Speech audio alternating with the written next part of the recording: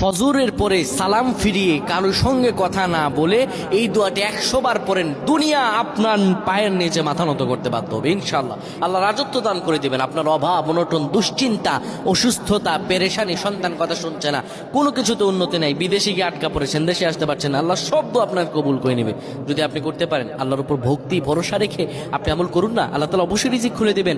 আল্লাহ তাআলা আল্লাহু খায়রুর রাজিকিন, আল্লাহ হচ্ছে উত্তম রিজিক দাতা। আল্লাহ আপনার তো অবশ্যই কবুল করবেন। আল্লাহ বলেছেন উদউনি আস্তাজিব লাকুম, আমার কাছে চাও আমি দিয়ে দিব।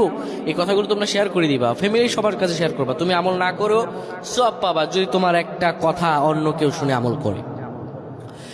আমার প্রায় ভাইরা, ফজর নামাজের পরে নবীজি কখনোই আমলটা ছেড়ে দিতেন না।